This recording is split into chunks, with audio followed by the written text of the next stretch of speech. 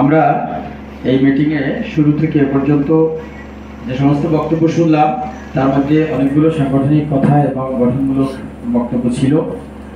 বড় একটা অংশ জুড়ে ছিল সাংবাদিক সংস্থার প্রশংসা, আমাদের প্রতিষ্ঠাতা সভাপতির প্রশংসা, আমাদের মহাসচিবের প্রশংসা।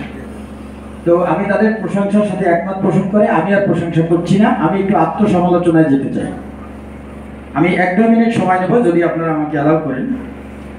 সম্প্রতিকালে আমাদের বিভিন্ন জেলা উপজেলা কমিটিকে বিলুপ্ত ঘোষণা করা হয়েছে, এটি কেন্দ্রের সিদ্ধান্ত, আমি সহমত পোষণ করছি। কিন্তু একই নোটিশে প্রত্যেকটা জেলা উপজেলায় যেখানে কমিটি ছিল রানি, ওই নোটিশেই যদি কেন্দ্র থেকে দুজনকে, একজন আহ্বায়ক একজন সদস্য সচিব করে দেয়া হতো, তাহলে আমরা যে সাংগঠনিক একটা জটিলতায় পড়েছি সেটা করতে হতো না। এবং এটা কিন্তু কেন্দ্রের এখতিয়ার থাকে, এখানে ভোটাভুটি গণতন্ত্র লাগবে না, আহ্বায়ক কমিটি কেন্দ্র করে দিতে পারে, সেক্ষেত্রে সদস্যদের মতামত বেশি জরুরি না, সেটা করতে পারতো। তাহলে আমি বলতে চাই যে আমি যেহেতু মফস্বলে থাকি, আমি কেন্দ্রীয় যুগ্ম মহাসচিব হলেও আমি একটি বিভাগীয় শহরে থাকি। মফস্বলে প্রায় 2 যুগ যাবৎ সাংবাদিকতা করি এবং একদম সাংবাদিকতার রুট লেভেলে আমার এখনো পদচারণা না, আমি কোনো পত্রিকার বড় কোনো পদ এখনো হোল্ড করি না, আমি এখনো নিউজ সেকশনেই কাজ করি।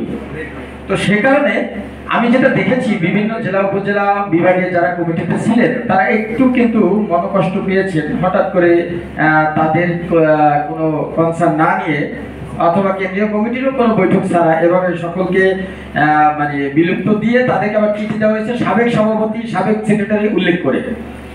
এটাকে যদি একই সাথে একটা আহ্বায়ক কমিটি ওই চিঠিতে উল্লেখ থাকতো তাহলে বিষয়টা মাঝখানে সাংগঠনিক যে একটা নিষ্ক্রিয়তা এটা থেকে পরিত্রাণ পেতাম। আমি ওটার সমালোচনা করছি না, কিন্তু আগামী দিনে আমাদের এই বিষয়টা যাতে গ্যাপ না হয় এর জন্য এখানে উত্থাপন করলাম। সংস্কার এটা হলো একটা সময় উপযোগী পদক্ষেপ। এখন সময় এসেছে কথা বলার, এখন সময় এসেছে কাজ করার।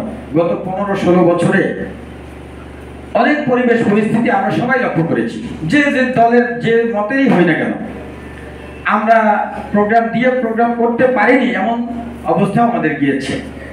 সবকিছু ছাপিয়ে আল্লাহ রাব্বুল আলামিন আমাদের কেমন একটা পরিবেশ তৈরি করে দিয়েছেন। আমরা সবাই ধরেই নিয়েছিলাম কোনো একটা লোকের ব্যাপারে যে সে যতদিন বেঁচে আছে এই যে আর সে ছাড়ছে না, কিন্তু আল্লাহ তাআলা যে চাইলে অনেক কিছু পারেন সেটা তিনি দেখিয়ে দিলেন। সেখান থেকে আমাদের শিক্ষা গ্রহণ করতে হবে, আমাদের কারো চেয়ারই কিন্তু চিরস্থায়ী নয়। এত বড় একটা ক্ষমতাধর লোককে চেয়ার ছাড়তে হয়েছে, আপনাকে আমাকে ছাড়তে হবে। এই জায়গা থেকে আমাদেরকে মনে রাখতে হবে আমাদের জবাবদিহিতা আছে প্রত্যেকটা কাজের, প্রত্যেকটা চেয়ারে। সুতরাং এখন সময় আছে সংস্কারের। আপনি একটা বিষয় লক্ষ্য করবেন, যারা অনেক বেশি দলবাজি করেছে সাংবাদিকতার আড়ালে তারা এখন বিপদে আছে। আজকে যদি কেউ আবার অন্য দলের দলবাজি করে সাংবাদিকতার আড়ালে, তার জন্য কিন্তু বিপদ অপেক্ষা করতেছে। যে কারণে আমি দলবাজির পক্ষে না, তবে সংস্কারের পক্ষে, আমি সাম্যের পক্ষে, আমি বৈষম্য দূরীকরণের পক্ষে। আমরা পেশাদারিত্বের জায়গা থেকে কাজ করব। আমার ব্যক্তিগতভাবে কোনো দলমতকে আমার পছন্দ থাকতে পারে, সেটা একটা বিষয়, কিন্তু আমার পেশাদারিত্বের মাঝে যেন সেই দলমতের ছাপটা ফুটে না ওঠে, এটা খেয়াল রাখতে হবে। আমি গতকালকে বরিশাল বেতারে একটা অনুষ্ঠান করেছি, সম্পাদকীয় অনুষ্ঠান, আমি সঞ্চালনায়। এই 15 বছর পরে এখন আমাদেরকে লিস্ট করেছে, তারা রুলিংয়ে আমাদেরকে ডেকেছে এবং আমি সঞ্চালনায় ছিলাম। সেখানে আমরা কিন্তু সেখানে আরডি কে বলেছি, হিন্দু এখনো সেই আওয়ামী লীগের আরডি আছে। তো উনি বললো যে ভাই এতদিন আপনাদের ডাকতে পারিনি, এখন আপনাদেরকে সব লিস্ট দিয়ে দিয়েছি, আগামী মাসের তালিকা দিল, সব প্রত্যেকটা জায়গায় আমার নাম আরো কয়েকজনের নামই ঘুরে ফিরে আসছে। তা আমি ওনাকে বললাম যে শুধু আমাদের কয়জন কি দিলেন কেন, এটা তো আবার প্রত্যেকটা প্রোগ্রামের বিপরীতে কিছু টাকাও আছে।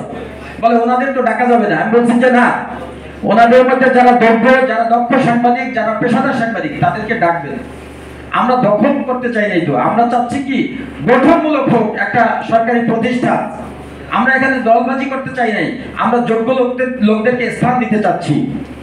এতদিন সুদক্ষ মানুষদেরকে কোণঠাসা করে শুধুমাত্র যারা দালালি করেছে তাদেরকে জায়গা করে দেওয়া হয়েছে। এখন সময় এসেছে যোগ্যতার মূল্যায়ন করা, সকলকে যোগ্যতার মূল্যায়ন করতে হবে, কোনো দল দিয়ে নয়। আমি সভাপতি মহোদয় আছেন, আমি আর 2-1 মিনিট সময় নেব। এই গত 15 বছরে কিছু মানুষ ঝড়ে পড়ে গেছে সাংবাদিক সংস্থা থেকে, কিন্তু তারা অনেক ভালোবাসছেন। চেয়ারম্যান মহোদয়, সভাপতি মহোদয় সেগুলো জানেন।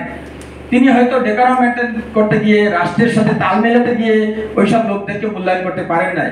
আমার দাবি থাকবে তাদেরকে তিনি এখন ডেকে এনে যেন তাদেরকে মূল্যায়ন করেন সংস্থার সাথে। সাংবাদিক সংস্থার আরেকটি বড় উদ্যোগ নিতে হবে। আমাদের অনেককে চাকরিচ্যুত করা হয়েছে বিভিন্ন পত্রিকা থেকে। আমি নাইমুল ইসলাম খানের পত্রিকায় ৩-৪ বছর যাবৎ বরিশাল ব্যুরো প্রধান হিসেবে কাজ করেছি, আমাদের নতুন সময়ে কাজ করেছি, অন্য আরেকটা পত্রিকায় কাজ করেছি। হঠাৎ করে বরিশালে নাইমুল ইসলাম খানের 3টা পত্রিকা আপনারা জানেন মনে হয়, তো একটা পত্রিকায় একজন লোককে দেওয়া হলো, উনি একটু নাস্তিক মতবাদের।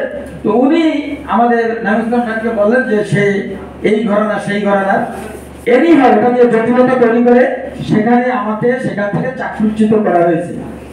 কোন একটা রাজনৈতিক ট্যাগ লাগিয়ে দেওয়া হয়েছে, অথচ আমার এই মুহূর্তে পর্যন্ত বলতে পারি কোন রাজনৈতিক দলের কোন সদস্যপদ পর্যন্ত আমার নেই। আমার চেতনা থাকতে পারে, আমার পছন্দ থাকতে পারে, সেটা ভিন্ন বিষয়। অথচ এইভাবে যাদেরকে চাকরিচ্যুত করা হয়েছে আমাদের সদস্যদেরকে, প্রত্যেক সদস্যকে খোঁজখবর নিয়ে আমাদের মহাসচিব মহোদয়ের কাছে আমি দাবি করব, বিভিন্ন জাতীয় দৈনিকে, স্থানীয় দৈনিকে তাদেরকে পদায়ন করতে হবে, তাদেরকে কর্মসংস্থানের ব্যবস্থা করতে হবে। আমি সাংবাদিক সংস্থার নেতা, আমি কোনো পত্রিকার সাথে নাই, আমি কোনো নিউজের সাথে নাই, তাহলে আসলে এই নেতার তো কোনো লাভ নাই। সুতরাং আমাদেরকে কিন্তু মূল পেশাদারিত্বের জায়গাটা ঠিক রাখতে হবে। এজন্য সাংবাদিক সংস্থার পক্ষ থেকে উদ্যোগ নিয়ে আমাদের যে সমস্ত সদস্যরা এখনো কোনো ভালো পত্রিকার সাথে যুক্ত হতে পারেনি, জাতীয় দৈনিকের অনেকগুলো কিন্তু পদ খালি হচ্ছে। কারণ